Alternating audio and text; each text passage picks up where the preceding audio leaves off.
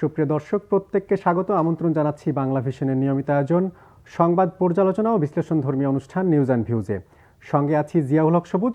আলোচনার জন্য স্টুডিওতে আমন্ত্রিত হয়েছেন বিজ্ঞ দুই আলোচক। আমার বাম পাশে রয়েছেন বিএনপির vice chairman advocate Ahmed Azam Khan এবং সর্ববামে রয়েছেন সাংবাদিক Monowarul Islam, president US Bangladesh press club. আপনাদের দুজনকে আলোচনায় স্বাগত জানাচ্ছি। ধন্যবাদ। দর্শক, আমরা আলোচনা শুরু করব, তবে তার আগে আমরা বার্তা কক্ষের আপডেট জানবো। যুক্ত আছেন বাংলা ভিশনের senior news editor Salma Yasmin. আপনার কাছে জানতে চাইবো যে আজকের দিনের উল্লেখযোগ্য কি সংবাদ রয়েছে আপনার হাতে। ধন্যবাদ সবুজ। শুরুতেই থাকছে ডিসি সম্মেলনের খবর। জেলা প্রশাসক সম্মেলনের উদ্বোধন করেছেন প্রধান উপদেষ্টা ডক্টর মোহাম্মদ ইউনুস। তিনি বলেছেন, আইন শৃঙ্খলা পরিস্থিতি নিয়ন্ত্রণের উপর নির্ভর করছে এই সরকারের সাফল্য ব্যর্থতা। জেলায় জেলায় বাজার নিয়ন্ত্রণের তাগিদ দিয়েছেন তিনি। রাতে জেলা প্রশাসক এবং বিভিন্ন প্রশাসনিক সংগঠনের সঙ্গে বৈঠকে তিনি বলেছেন, ভৌগোলিক অবস্থানের কারণে বাংলাদেশ খুবই সুবিধাজনক অবস্থায় আছে। অবস্থানগত সুবিধা আদায় করা গেলে বাংলাদেশের উন্নয়ন অগ্রগতি কেউ থামিয়ে রাখতে পারবে না। বিএনপির ভারপ্রাপ্ত চেয়ারম্যান তারেক রহমান বলেছেন, তার দলের মূল লক্ষ্য হচ্ছে দেশের মানুষের ভাগ্য পরিবর্তন করা। নড়াইল জেলা বিএনপির সম্মেলনে ভার্চুয়ালি যুক্ত হয়ে তিনি বলেন, এখন সময় এসেছে নেতৃত্ব বাছাই করা। জনগণ ভোটের মাধ্যমেই তা ঠিক করবে বলে তিনি উল্লেখ করেছেন। ভোজ্য তেলের সংকট কাটাতে মিল মালিক, খুচরা ও পাইকারি বিক্রেতাদের সঙ্গে আলোচনা করেছে ভোক্তা অধিকার সংরক্ষণ অধিদপ্তর। সংকট তৈরির পেছনে দায়ীরা ছাড় পাবে না বলে ব্যবসায়ীদের হুঁশিয়ার করে দিয়েছেন ভোক্তা অধিকারের মহাপরিচালক।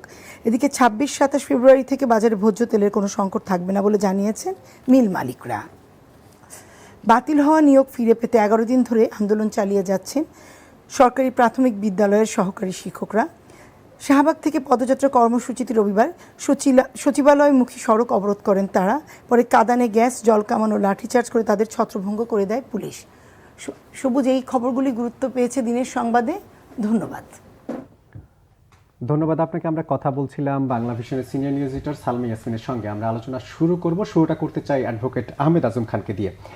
শুরুতেই আলোচনা করব প্রধান উপদেষ্টার একটি বক্তব্যকে ঘিরে। তিনি আজকে বলেছেন ডিসি সম্মেলন যে ভৌগোলিক কারণে বাংলাদেশের ভবিষ্যৎ অত্যন্ত উজ্জ্বল। তিনি এটিও বলেছেন যে বাংলাদেশের যে উন্নয়ন এবং অগ্রগতি এটা কেউ ঠেকাতে পারবে না। মূলত জানতে চাইব যে 5 অগাস্টের আগের বাংলাদেশ এবং পরের বাংলাদেশ, এই দুটি জায়গা আসলে মৌলিক পার্থক্যটা কোথায়? যেই সম্ভাবনার কথা আমরা বাংলাদেশ নিয়ে বলছি বা প্রধান উপদেষ্টা বলছেন, আসলেই কতটা সম্ভাবনাময় বাংলাদেশ? আপনাকে ধন্যবাদ, সম্মানিত আলোচককে ধন্যবাদ, স্বাগতম সম্মানিত দর্শক।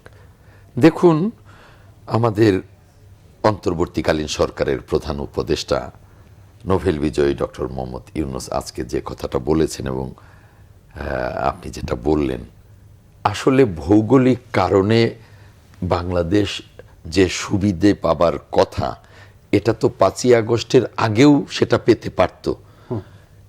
এবং এই ভৌগোলিক কারণ শুধু একমাত্র কারণ নয়।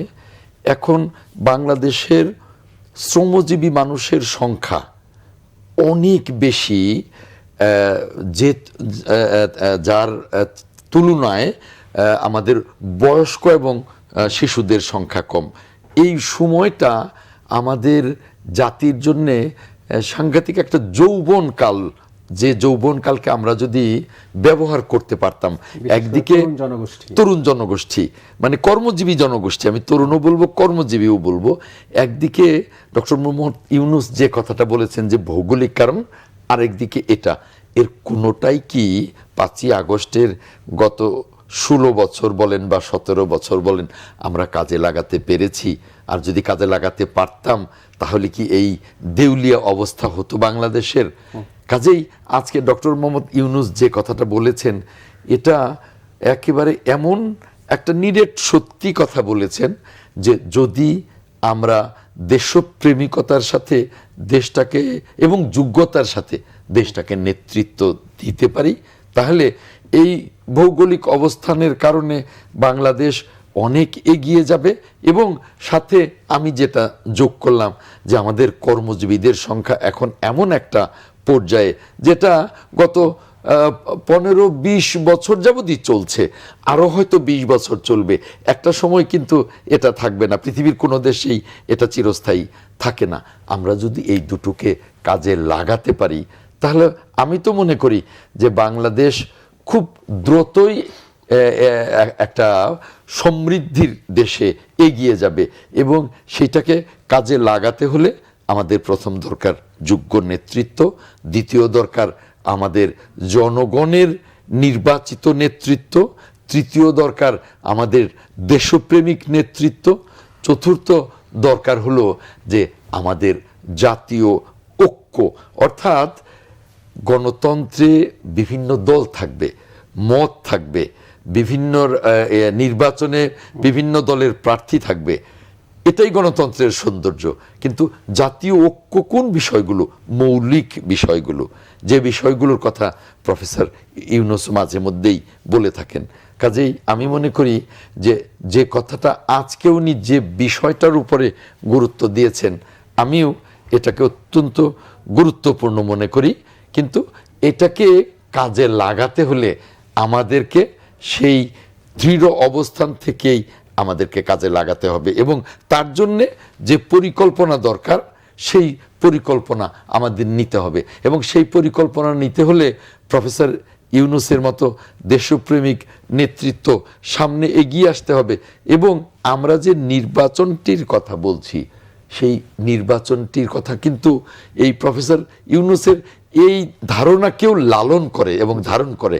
কারণ নির্বাচনের মধ্য দিয়েই কিন্তু জনগণ যোগ্য নেতৃত্ব বেছে নেবে, এবং যে নেতৃত্ব একটি গণতান্ত্রিক বাংলাদেশকে এগিয়ে নিয়ে যাবে, এবং একটি গণতান্ত্রিক বাংলাদেশ গড়বার সাথে সাথে এই ভৌগোলিক অবস্থান এবং আনুষঙ্গিক যে অবস্থান, একটা সমৃদ্ধ বাংলাদেশ গড়বার জন্য ওই সম্ভাবনাটা কাজে লাগাতে পারবে। জনাব মনোয়ার ইসলাম, আপনার কাছেও জানতে চাইবো যে আপনি তো দীর্ঘদিন দেশে সাংবাদিকতা করেছেন, সাংবাদিক সংগঠনের নেতৃত্ব দিয়েছেন, এখন যুক্তরাষ্ট্রের মাটিতে কাজ করছেন। আসলে এই যে পরিবর্তিত পরিস্থিতি বা গণঅভ্যুত্থানের পরে যে বাংলাদেশ, এই বাংলাদেশকে বিশ্ববাসী কিভাবে দেখছে? আপনারা তো বাইরে কাজ করছেন, বাংলাদেশকে আসলে কিভাবে দেখছে? যেটা আহমেদ আজম খান বলছিলেন যে বাংলাদেশকে যদি আসলে সেই সম্ভাবনা কাজে লাগাতে হয়, নির্বাচন দরকার, জাতীয় ঐক্যের দরকার, বিভিন্ন কিছু কথা বলছেন, আপনি আসলে কিভাবে বিশ্লেষণ করবেন? ধন্যবাদ সবুজ, আমাকে আপনাদের স্টুডিওতে আমন্ত্রণ জানানোর জন্য। আজম ভাইয়ের বক্তব্যগুলো শুনছিলাম, এবং আজকে আলোচনার অন্যতম একটি অংশ হলো প্রধান উপদেষ্টা যে বক্তব্যটা দিয়েছেন। ডক্টর ইউনূসকে আমরা যখন থেকে চিনি, তিনি একজন আশাবাদী মানুষ, এবং সম্ভাবনার দুয়ারকে সবসময় উন্মোচিত করতে চান। আজকে 5ই আগস্টের পরে বাংলাদেশিরা বা বাঙালি জাতি একটা আশা এবং সম্ভাবনার স্বপ্ন দেখেছিল, যেমনটি দেখেছিল 1971 সালে মহান মুক্তিযুদ্ধের মধ্যে দিয়ে বাংলাদেশ স্বাধীন হওয়ার পরে জনগণ আশার ভরসার প্রতীক হিসাবে শেখ মুজিবুর রহমানকে অবলম্বন করে বাংলাদেশের স্বপ্ন দেখেছিল। কিন্তু 3.5 বছর না যেতেই সেই আকাঙ্ক্ষার গুলিবালি হয়েছে। আজকে 5ই আগস্টের পরে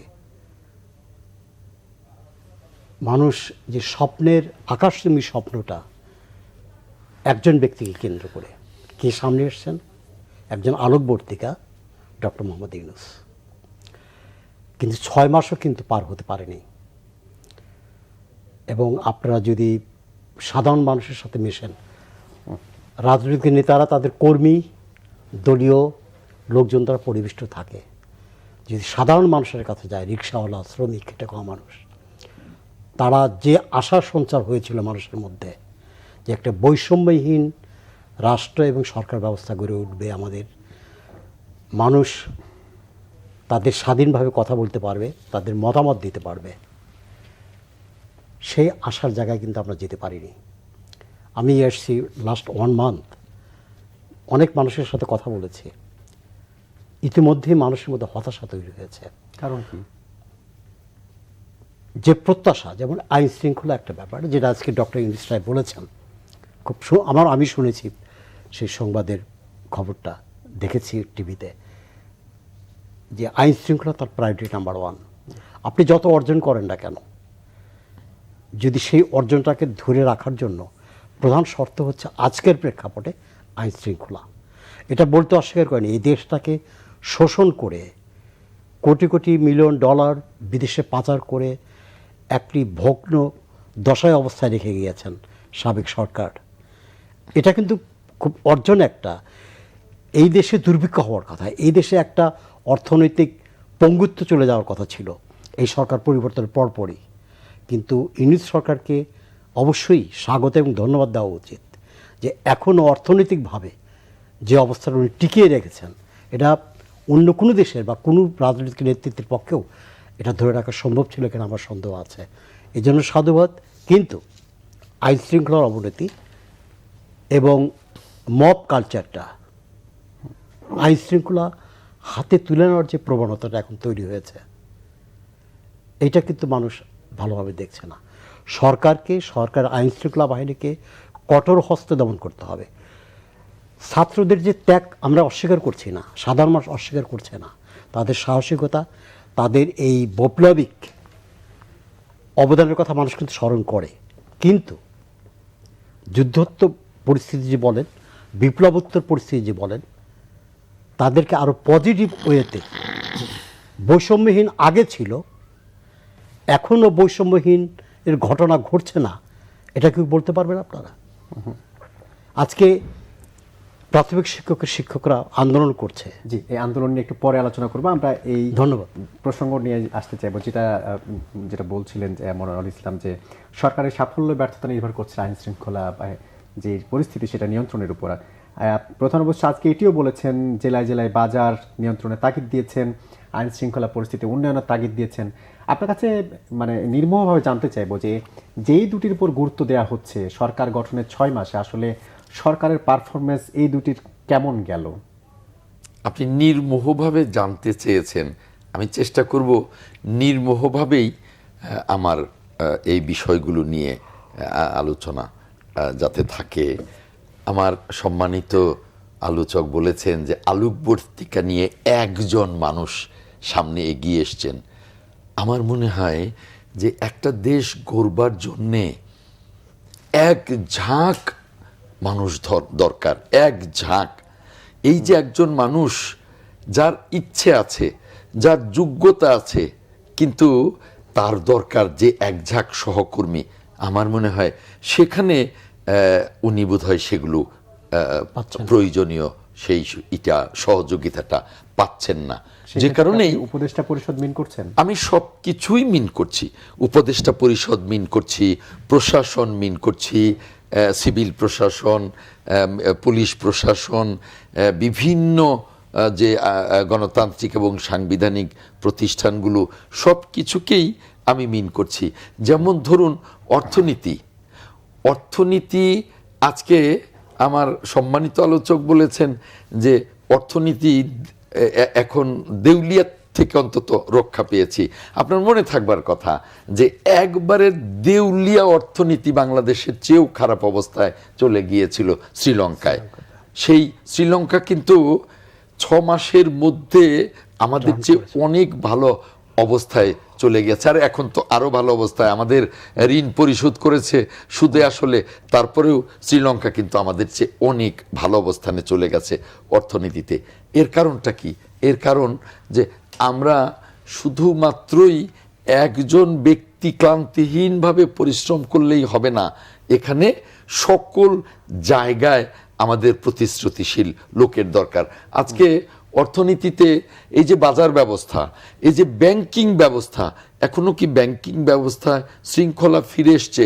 এই যে অর্থনীতিকে পুনরুজ্জীবিত করতে ব্যাপক বিনিয়োগের দরকার, আমরা কি বিদেশি বিনিয়োগ আনতে পারছি? এখনো কত পার্সেন্ট? অত্যন্ত হতাশাজনক অবস্থায়। আমাদের দেশি বিনিয়োগ কোন পর্যায়ে আছে? হতাশাজনক অবস্থায়। কারণ কি? ওই যে আমি প্রথমবার বলেছিলাম যে সকলেই অপেক্ষা করছেন যে দেশটা কিভাবে স্থিতিশীল হবে। দেশটা স্থিতিশীল হবে একটি নির্বাচিত সরকারের মধ্য দিয়ে। বিদেশি বিনিয়োগকারীরা অপেক্ষা করছে একটি নির্বাচিত সরকার আসলে আমরা বিনিয়োগে যাব।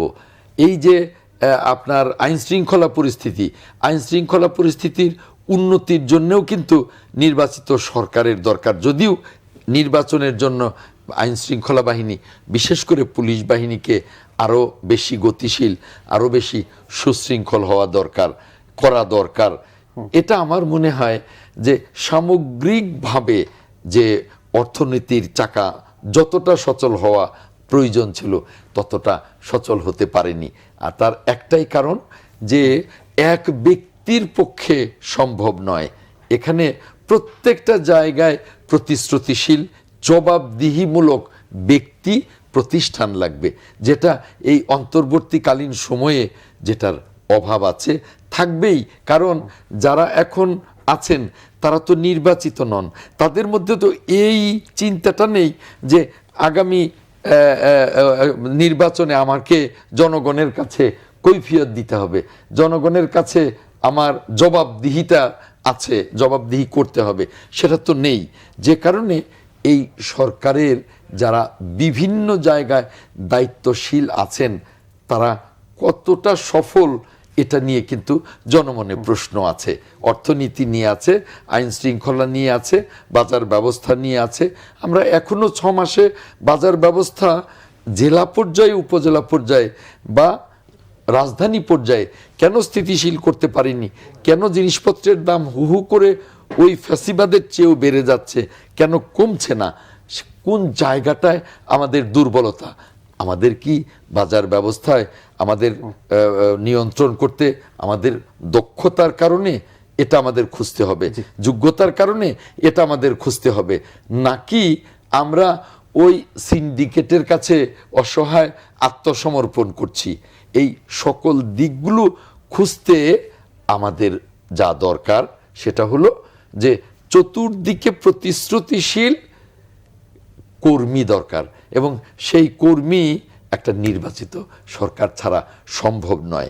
এই জন্যে আমি এই সরকারকে সাধুবাদ জানাই যে তারা চেষ্টা করছেন কিন্তু এগুতে পারছেন না। একটাই কারণ যে এখানে এক ব্যক্তি দিয়ে হবে না, দরকার হবে এক ঝাঁক ব্যক্তির যারা জনগণের কাছে জবাবদিহি হবেন সব সময়। আজম ভাইয়ের আমি পয়েন্ট ধরে একটা কথা বলতে চাই। আজম ভাই রাজনীতি করেন এবং বিএনপির ভাইস চেয়ারম্যান, এই প্রশ্নগুলো আপনার কাছেই তো আসার কথা। আজকে এই সরকারে যে আমরা আইন শৃঙ্খলা পরিস্থিতির অবনতির কথা বলছি, এই সরকারকে সহায়তা করা সকল রাজনৈতিক দলগুলোর নৈতিক দায়িত্ব। এবং বিগত সময়ে আপনারাই এই বিএনপি গত 16টি বছর নির্যাতিত হয়েছেন, ঘরে থাকতে পারেন নাই, কোর্টের বারান্দায় দিনের পর দিন আপনাদের দিন যাপন করতে হয়েছে, জামাতে ইসলামী ব্যান্ড হয়েছে, তাদের প্রায় হাফ ডজন নেতাকে ফাঁসি দেওয়া হয়েছে, তারাও নির্যাতিত হয়েছে। কিন্তু আজকে লক্ষণটা কিন্তু সেই ডিফারেন্ট জায়গায় চলে গেছে। আজকে মনে হচ্ছে যে রাজনৈতিক সংকটটা তৈরি হতে যাচ্ছে, এটার জন্য আপনারা এই প্রধান দুইটি দলই দায়ী। একসময় আপনারা মিত্র ছিলেন, ঐক্যমতের ভিত্তিতে আন্দোলন করছেন, যুগপৎ আন্দোলন করেছেন, স্বৈরাচার বিরুদ্ধে আন্দোলন করেছেন। আজকে মনে হচ্ছে যে কে আগে ক্ষমতায় যাবে, কে আগে ক্ষমতায় যাবে না, এইটার প্রতিযোগিতায় আপনারা লিপ্ত হয়েছেন। এবং থানায় থানায়, জেলায় জেলায় আপনাদের নেতাকর্মীরা এই যে আইন শৃঙ্খলার অবনতি যেটা হয় বা হচ্ছে, আপনাদের রাজনৈতিক দলের কর্মীদের দ্বন্দ্ব, রাজনৈতিক দলের নেতাদের কর্মীদের পকেট ভারী করা, এগুলোর আকাঙ্ক্ষা থেকেই, প্রতিযোগিতা থেকেই আজকে কিন্তু 50% আইন শৃঙ্খলার অবনতি করছে। কিন্তু সরকারকে কি আসলে এই বিরোধী দল যারা আছে বা সরকার বিএনপি বলি, জামাত বলি বা অন্য রাজনৈতিক দলগুলো রয়েছে, তারা কি সরকারকে অসহযোগিতা করছে বলে মনে হচ্ছে আপনার কাছে? দৃশ্যত সহযোগিতা করছে নেতৃত্ব পর্যায়ে। তারেক রহমান বারবার, আমি তারেক রহমানকে যতটুকু চিনি গত 40 বছর ধরে, আজকে সে বিদেশে অবস্থান করেছেন রাজনৈতিক পরিস্থিতির কারণে, এবং আজ থেকে 25 বছর আগে বা 20 বছর আগে তার বক্তব্য যেভাবে শুনেছি, আজকে তাকে অনেক ম্যাচিউরড মনে হয় তার বক্তব্যটা। এবং আমি প্রায় বলি, এবং বিএনপির আওয়ামী লীগের লোকজন আমার সাথে যখন কথা হয়, যে তারেক সাহেবের যে গত 6 মাসের বক্তব্যগুলো থেকে অনেক কিছু শেখার আছে।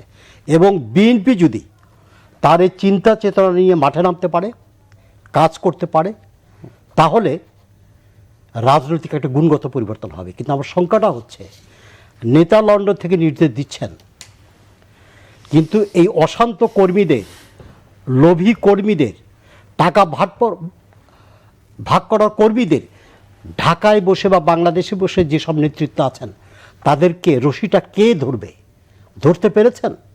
আমি গতকালকে একটা টকশোতে বলেছি যে আপনি থানায় থানায় যান, বিএনপি এবং জামাত ইসলামের কর্মীরা কি করছে।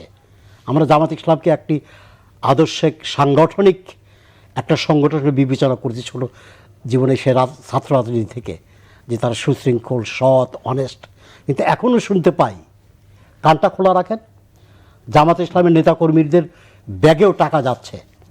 আর এই পরিস্থিতি হলে আপনি কোনো কিছুকে কন্ট্রোল আনতে পারবেন না। সেই জায়গায় আমি বলতে চাই যে আজকে বিএনপিরও উচিত একটা টিম গঠন করা, যে টিমটি, এটা 300 আসন, প্রত্যেকটা আসনে তাদের নেতাকর্মীদের মনিটর করা, তাদেরকে উৎসাহিত করা, আগামীর জন্য প্রস্তুত হওয়ার জন্য। ক্ষমতায় যাওয়ার আগেই যদি আপনারা তল্পিবাহক হয়ে অর্থ জোগানোর জন্য ব্যস্ত হয়ে পড়েন, ক্ষমতায় গেলে কি করবেন? মানুষ কিন্তু শক্তির কারণে। তো আপনাদের এখন নিজেদের নিয়ন্ত্রণ করে জনগণের জন্য কিছু কী করা যায় সে চিন্তা করা উচিত। Thank you. জি আজম ভাই, আপনার কাছে এই প্রশ্নটার উত্তর জানতে চাইবো যে আসলেই কি বিএনপি এবং জামাতের মধ্যে ক্ষমতায় কে আগে যাবে বা কে পরে যাবে, এটা নিয়ে এক ধরনের বিভক্তি তৈরি হয়েছে? এই প্রশ্নটার উত্তর জানবো ছোট্ট একটা বিরতির পর। দর্শক, নিচ্ছি ছোট্ট একটা বিরতি, একটু পরেই ফিরবো, সঙ্গে থাকুন।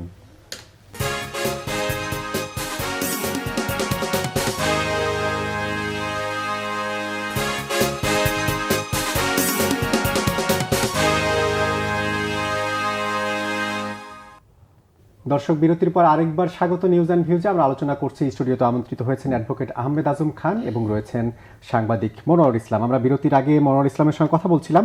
এই পর্যায়ে আহমেদ আজম খান, আপনার কাছে যে বিষয়টি বিরতির আগে প্রশ্ন করেছিলাম যে আসলে ক্ষমতায় যাওয়ার জন্য বিএনপি এবং আওয়ামী লীগ, এই বিএনপি এবং জামাত, এই দুটি দলের মধ্যে কি এক ধরনের মত পার্থক্য তৈরি হয়েছে কিনা, বা যেটি মনোয়ার ইসলাম বলছিলেন যে তারেক রহমান হয়তো নির্দেশনা দিচ্ছেন, কিন্তু এইখানে যে নির্দেশনাগুলো পালন করবে বা রশিটা টানবে কে আসলে? দেখুন, তার আগে আমি আপনাকে জানাতে চাই যে এই সরকারকে, আমার সম্মানিত আলোচক যে বললেন যে প্রত্যেকটি রাজনৈতিক দলের সহযোগিতা করা দরকার, আমি আপনাকে এবং দর্শকদের উদ্দেশ্যে বলতে চাই যে এই সরকারকে আমরা বাংলাদেশের গণতান্ত্রিক রাজনৈতিক দলগুলো আমরা সার্বিক সহযোগিতা করছি এবং এই সার্বিক সহযোগিতা অব্যাহত থাকবে দেশ, জাতি, জনগণ এবং গণতন্ত্রের স্বার্থে। কিন্তু বিএনপি নির্বাচন প্রশ্নে একটু তাড়াহুড়ো করছে, খুব পরিষ্কার। আর বিএনপি নির্বাচন প্রশ্নে প্রথম কথা হলো তাড়াহুড়া করছে না, কারণ যদি 3 মাসের মধ্যে এর আগের তত্ত্বাবধায়ক সরকারগুলো সফল নির্বাচন করতে পারে, এখন যদি 1 বছর বা 1 বছর 1.5 বছরের মধ্যে নির্বাচন হয়, সেখানে অবশ্যই আমরা সংস্কারের, গতকালকেও সংস্কার নিয়ে যে কথাগুলো বলা হয়েছে, প্রধান উপদেষ্টাও বলেছেন, আমরা কিন্তু সাংঘাতিক রকমের সমর্থন করছি। এই জন্যেই যে 5ই আগস্টের পরে আমরা যে নতুন বাংলাদেশের অগ্রযাত্রা শুরু করেছি, সেই বাংলাদেশটা হবে গণতান্ত্রিক বাংলাদেশ। সেখানে সংস্কার ছাড়া কোনোভাবেই কিন্তু আমরা সেই গণতান্ত্রিক সমৃদ্ধ বাংলাদেশে যেতে পারবো না। কিন্তু সেই সংস্কারটি 2টি পর্ব থাকবে। একটি পর্ব হলো সংক্ষিপ্ত, কারণ বড় সংস্কার করতে হলে নির্বাচিত সংসদ দরকার হবে, নির্বাচিত সরকার দরকার হবে। এই জন্যে সংক্ষিপ্ত সংস্কার করে আপনি নির্বাচনে যাবেন এবং নির্বাচনের পরে নির্বাচিত সংসদ এবং নির্বাচিত সরকার ধারাবাহিকভাবে সেই সংস্কারগুলো করবে। যেমন বিএনপির নেতৃত্বে গণতান্ত্রিক রাজনৈতিক দলগুলো 31 দফা রাষ্ট্র মেরামতের কর্মসূচিগুলো ঘোষণা করেছে, যেখানকার কর্মসূচিগুলোর মধ্যে এই সরকারের সংস্কার কর্মসূচিগুলো আছে, যেখানে আমাদের মধ্যে কোনো ক্ল্যাশ নেই। তো কাজেই আমরা সব সময়ই এই সংস্কার করেই নির্বাচনটা চাচ্ছি, কিন্তু এই প্রথম পর্বের সংস্কারটা হবে সংক্ষিপ্ত। তাতে করে যদি সরকার আরও 8, 9, 10 মাস পরেও নির্বাচন দেন, তাহলে কিন্তু ওই সংক্ষিপ্ত সংস্কার অর্থাৎ অত্যাবশ্যকীয় সংস্কার অবশ্যই সম্ভব, এখানে তাড়াহুড়ার কিছু নেই। কিন্তু এরপরে আপনার যে প্রশ্ন বা আমার সম্মানিত আলোচকের যে প্রশ্ন, যে এই নির্বাচন নিয়ে বিএনপি এবং জামায়াতের মধ্যে কোনো অসম প্রতিযোগিতা আছে কিনা বা কোনো ধরনের দ্বন্দ্ব আছে কিনা, আমি মনে করি যে বিএনপির তরফ থেকে বলতে পারি কোনো ধরনের অসম প্রতিযোগিতা নেই, কোনো ধরনের দ্বন্দ্ব নেই। আমরা নির্বাচন চাই, নির্বাচনটি হতে হবে অবাধ এবং নিরপেক্ষ। সেখানে যে রাজনৈতিক দলকে জনগণ ভোট দেবে তারা সরকার গঠন করবে, যারা তুলনামূলক কম আসন পাবে তারা বিরোধী দলে যাবে। আমরা তো বলিনি যে নির্বাচন ছাড়া বিএনপি ক্ষমতায় যেতে চায়, তাহলে তো দ্বন্দ্বের প্রশ্ন আসে। আমরা নির্বাচন চাই, নির্বাচনের মধ্য দিয়ে আমরা ক্ষমতায় যেতে চাই, সংস্কার কর্মসূচি এগিয়ে নিয়ে যেতে চাই। এবং যে সংস্কার কর্মসূচি বিএনপির 31 দফা নয়, শুধু আমাদের নেতা জনাব তারেক রহমান বলছেন এই সময়ের সাথে সাথে এই কর্মসূচির দফা আরও বাড়বে যখন যেটা প্রয়োজন।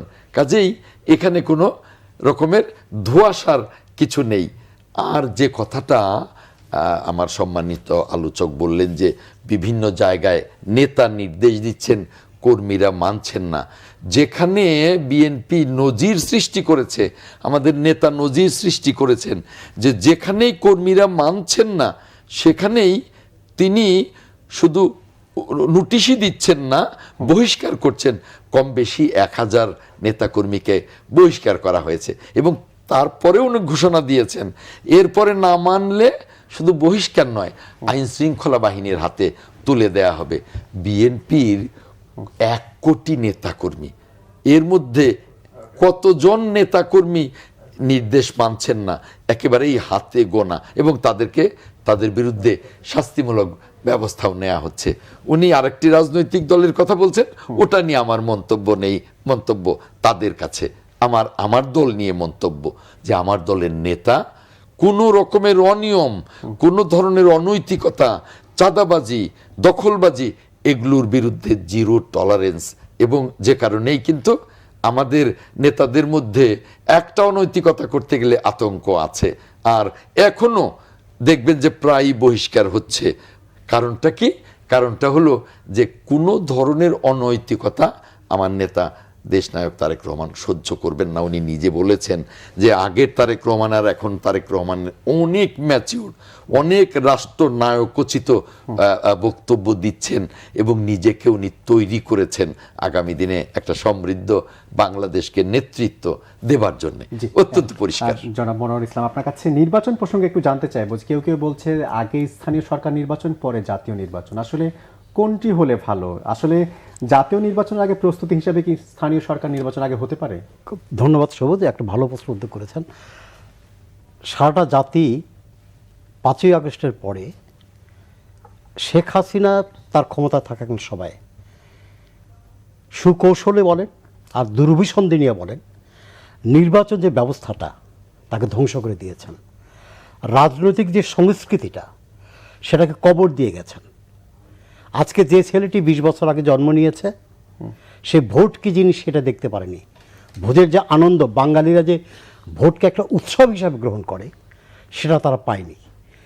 সেই জায়গায় আজকে এবং মানুষের মধ্যে কিন্তু ইতিমধ্যেই কথাবার্তা শুরু হয়েছে যে যেহেতু এই অন্তর্বর্তীকালীন সরকারের ম্যান্ডেটটা নাই, অনেক বিষয়ে তাদের ম্যান্ডেট নেই, জনগণ তাদের ম্যান্ডেট দিয়ে পাঠায়নি, একটি বিপ্লবোত্তর সরকার প্রতিষ্ঠা করেছে। সেই সরকারের যে প্রধান কাজটি নির্বাচিত সরকারের হাতে ক্ষমতা হস্তান্তর, একটি অবাধ, নিরপেক্ষ, সুষ্ঠু এবং অংশগ্রহণমূলক নির্বাচন করে দেওয়া তাদের দায়িত্ব। বাই দিস টাইম যে কাজটা আছে দেশের শান্তি শৃঙ্খলা বজায় রাখা, অর্থনৈতিক কাঠামোর ধারাবাহিকতা রক্ষা করা। সেই জায়গায় জাতি যেখানে উন্মুখ হয়ে বসে আছে একটা জাতীয় নির্বাচনের জন্য, পার্লামেন্ট নির্বাচনের জন্য, সেই জায়গায় উপনির্বাচন বলেন অথবা স্থানীয় নির্বাচন বলেন অথবা উপজেলা নির্বাচন বলেন, এইগুলো কোন ব্রেন থেকে আসছে আমি এটা বলতে চাই না, তবে গণতান্ত্রিক যে অভিযাত্রা শুরু হওয়ার কথা সেটার জন্য শুভকর নয়। এতে হবে কি যে রাজনৈতিক যে সহনশীলতা এবং জামাত বিএনপির মধ্যে দ্বন্দ্ব থাকতে পারে, বা অন্যান্য দলগুলো যে দ্বন্দ্ব থাকতে পারে, কিন্তু আজকে যে একটা সৌহার্দ্যপূর্ণ পরিবেশে সরকারকে সহযোগিতা করছে, এই স্থানীয় সরকার নির্বাচন হলে আমি চ্যালেঞ্জ দিয়ে বলতে পারি এর ভাঙন ঘটবে। আজকে আপনারা দেখেছেন যে আরেকটি নতুন দল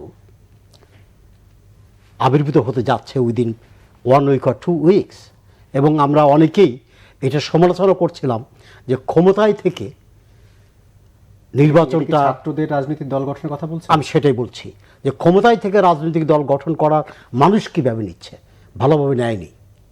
যেটা ব্লেম দেওয়া হয় বিএনপিকে, যে সামরিক শাসনের ছত্রছায়ায় বিএনপি জিয়াউর রহমান রাজনৈতিক দল গঠন করেছেন। আজকে নাহিদদের বা এই ছাত্র সমাজ সেরকম একটি পরিস্থিতিতে দল গঠন করতে যাচ্ছেন। তবে সাধুবাদ জানাই, আজকে তারা ঘোষণা দিয়েছেন যে সেই দলের প্রধান হবেন নাহিদ এবং তিনি পদত্যাগ করবেন। ওয়েলকাম। এই দেশের মানুষ তাদের সাহসিকতা, তাদের ত্যাগ, তাদের অর্জনকে সাধুবাদ জানাতেই পারে এবং তারা মানুষকে সমর্থন করতে পারে, দোষের কিছু নাই। Let them do it. এখন তারা কাদের সাথে জোট করবে, কিভাবে রাজনীতি করবে, এটা দেখা যাবে। তবে শঙ্কা আছে। 1972 সালে জাসদ গঠন হয়েছিল এবং বাংলাদেশের শ্রেষ্ঠ রাজনৈতিক নেতৃত্ব, বুদ্ধিমান রাজনৈতিক নেতৃত্বগুলো, মানে যদি কম্পেয়ার করেন ছাত্রলীগের দুইটা পার্ট, আমি ইতিহাস থেকে যতটুকু গেছি এবং যতটুকু ছাত্র জীবনে জেনেছি, যে বাংলাদেশ ছাত্রলীগের মানে কোর যে সংগঠনগুলো ছিল, নেতাগুলো ছিল, ব্রিলিয়ান্ট যে নেতাগুলো ছিল, জাসদে গিয়েছিল এবং তারা প্রচণ্ড সাহসী, এনার্জিক। ছাত্রলীগ ভেঙে তারা জাসদ করলেন এবং শুধু তাই না, জেলায় জেলায় আওয়ামী লীগের সেকেন্ড লেভেলের যে নেতাগুলো ছিল সেগুলো জাসদে গিয়েছিল। সেই বিশাল বাহিনী নিয়ে জাসদ তার রাজনৈতিক ধারাবাহিকতা রক্ষা করতে পারেনি বিপক্ষে থাকার কারণে। যেভাবেই হোক তাদের উপর জুলুম, জেল জুলুম, হত্যা, নির্যাতন হয়েছে। আজকে বিএনপির কথা বলছিলাম যে 17 বছর নির্যাতিত হয়েছে তারা, জামাতে নির্যাতিত হয়েছে। আমাদের উদীয়মান ছাত্র নেতৃত্ব এবং আগামী দিনের রাজনৈতিক নেতৃত্ব তাদের নির্যাতনের ইতিহাস 2 মাস বা 3 মাস তারা নির্যাতিত হয়েছে। তাদের পরীক্ষার বছর, সময়টা, ত্যাগের সময়টা ছিল মাত্র 3 মাস। কিন্তু বৈষম্য বিরোধী ছাত্র আন্দোলনের যে নেতারা রয়েছেন তারা তো বলছেন আসলে তাদের পেছনে বড় একটা শক্তি রয়েছে, বিশেষ করে ছাত্র সমাজ কিংবা ছাত্র জনতা। তাহলে তাদের আসলে শঙ্কা, মানে আপনার শঙ্কা করার কারণ কি? আজকে এই কথাটা আমি নির্দ্বিধায় বলতে পারি যে আজকে 5ই আগস্টের আগে ছাত্র সমাজ যেভাবে তাদের পিছনে ছিল এখন আর নেই। আপনি ওই সময়ের প্রেক্ষাপটে ছিল ডিফারেন্ট। মানুষ একটা স্বৈরাচার মুক্ত, ফ্যাসিবাদ মুক্ত একটি শাসন, একটা দেশ দেখতে চেয়েছিল। যে আমার ব্যক্তিগতভাবেই বলি, আমি কখনো রাজনৈতিক দলে আওয়ামী লীগ বিএনপি করিনি। ভোট হয়তো কোন পার্টিকে দিয়েছি, দ্যাটস ডিফারেন্ট থিং। কিন্তু গত 10-12 বছর সাবেক সরকারের শাসন ব্যবস্থা, শাসন, নির্যাতন এবং মিডিয়ার উপর যে নির্দেশনা, সবগুলো দেখে আমার মনের ভিতরে সবসময় একটা চিন্তা হয়েছে যে একটা পরিবর্তন দরকার। এবং নিজের অজান্তে এই সাবেক সরকারের বিরুদ্ধে সমালোচনামূলক তাদের অন্যায় কার্যকলাপের জিনিসগুলো লেখার চেষ্টা করেছি, বলার চেষ্টা করেছি। তার মানে এই না আমি বিএনপির, জামাতের সমর্থক। এইরকম সাধারণ মানুষ আছে, কোটি কোটি মানুষ আছে যারা আওয়ামী লীগ করে না, বিএনপি করে না, কিন্তু শেখ হাসিনা সরকারের পতন চেয়েছে, বিদায় দেখতে চেয়েছে। তাদের অহম্বোধ, তাদের যে নির্যাতন এবং নতজানু পররাষ্ট্র নীতি ভারতের প্রতি, এদেশে কে প্রমোশন পাবে, কে এমপি হবে, কে কোন জেলার ডিসি হবে, কে কোন দেশের হাই কমিশনার, রাষ্ট্রদূত হবে, এটা ইন্ডিয়ার একটি বলয় থেকে পাঠানো হতো। তো মানুষ এই 16 বছরের যে বাস্তবতা লক্ষ্য করেছে, একটা পরিবর্তন চেয়েছে। এই পরিবর্তন চাইতে গিয়ে একটা অবলম্বন পেয়েছে কারা? ছাত্র সমাজ, সাহসী নেতৃত্বের এক ছাত্র সমাজ, সবাই গিয়ে তার পিছিয়ে জমা হয়েছে। যেমন 71 সালে বঙ্গবন্ধুকে পেয়েছিল। তারা কি রাজনৈতিক দল গঠন করলে সেই সমর্থন পাবে না? আর তাদের কর্মকাণ্ডই বিচার করবে। তবে গত 2 মাসের কিছু কর্মকাণ্ড মানুষ হতাশ হয়েছে। জি, থ্যাংক ইউ। জি, আহমেদ আজম খান, আপনার কাছে একই প্রশ্ন জানতে চাইবো যে তথ্য সম্প্রচার উপদেষ্টা নাহিদ ইসলাম আজকে বলেছেন যে সুষ্ঠু নির্বাচন আয়োজনটাই হচ্ছে বড় চ্যালেঞ্জ। যদিও তার নতুন দল গঠন করা নিয়েও আলোচনা হচ্ছে। প্রশ্ন হচ্ছে আসলে মূল চ্যালেঞ্জটা কোথায়, সুষ্ঠু নির্বাচন নাকি শক্তিশালী একটি রাজনৈতিক দল গঠন করা তার এই মুহূর্তে বড় চ্যালেঞ্জ? দেখুন, আমি সম্মানিত আলোচক কিছু চমৎকার আলোচনা করেছেন, এটা নিয়ে আমি একটু আগে আলোচনা করতে চাই।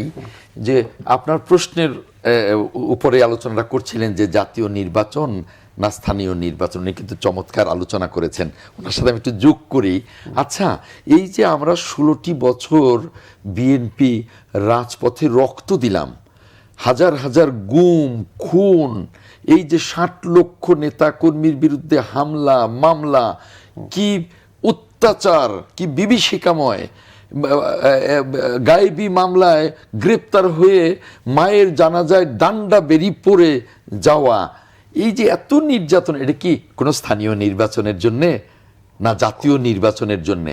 মাঝখানে আপনাকে একটু থামাতে চাই যে একটা যে কোনো কিছু প্রস্তুতির জন্য তো অনেক কিছু লাগে, কারণ নির্বাচন কমিশন নতুন, সরকার নতুন, সেই ক্ষেত্রে কি টেস্ট কেস হিসাবে ছোটখাটো নির্বাচন হতে পারে? এই টেস্ট কেস হিসেবে যদি ছোট নির্বাচন করে চরম একটা বিতর্কের মধ্যে পড়েন, তার দায়িত্বটা কে নেবে? ওই যে বলছি, 16 বছর আমাদের আন্দোলনই ছিল জাতীয় নির্বাচনের জন্যে।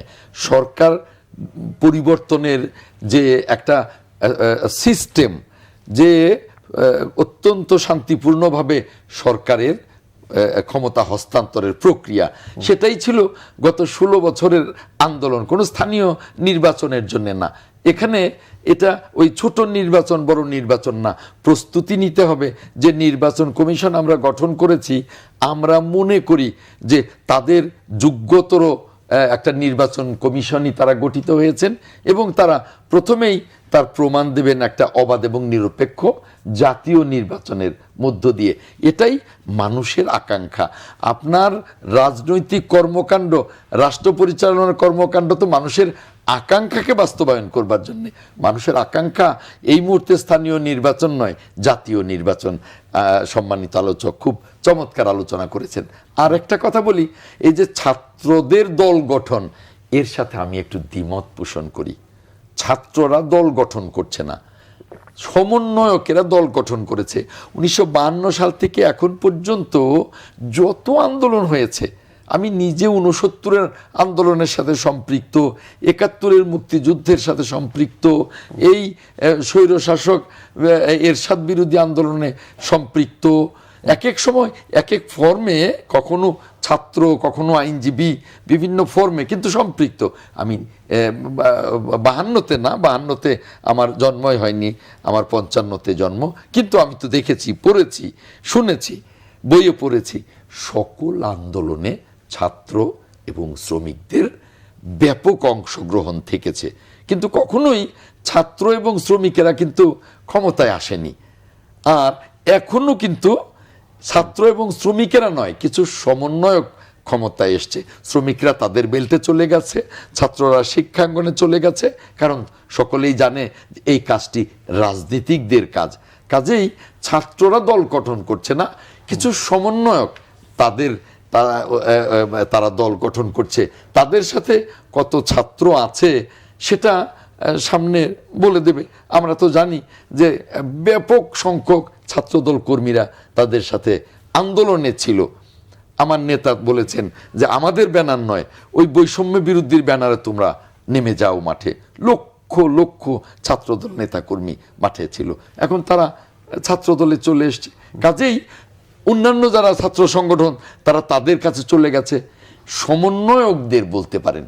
এখন একটা কথা এসছে যে উনি কথায় কথাই বলেছেন, আমি বলবো যে ক্ষমতায় থেকে ছাত্ররা বা আমার ভাষায় সমন্বয়কেরা দল গঠন করছে, বিএনপি তো ক্ষমতায় থেকে দল গঠন করেছিল না।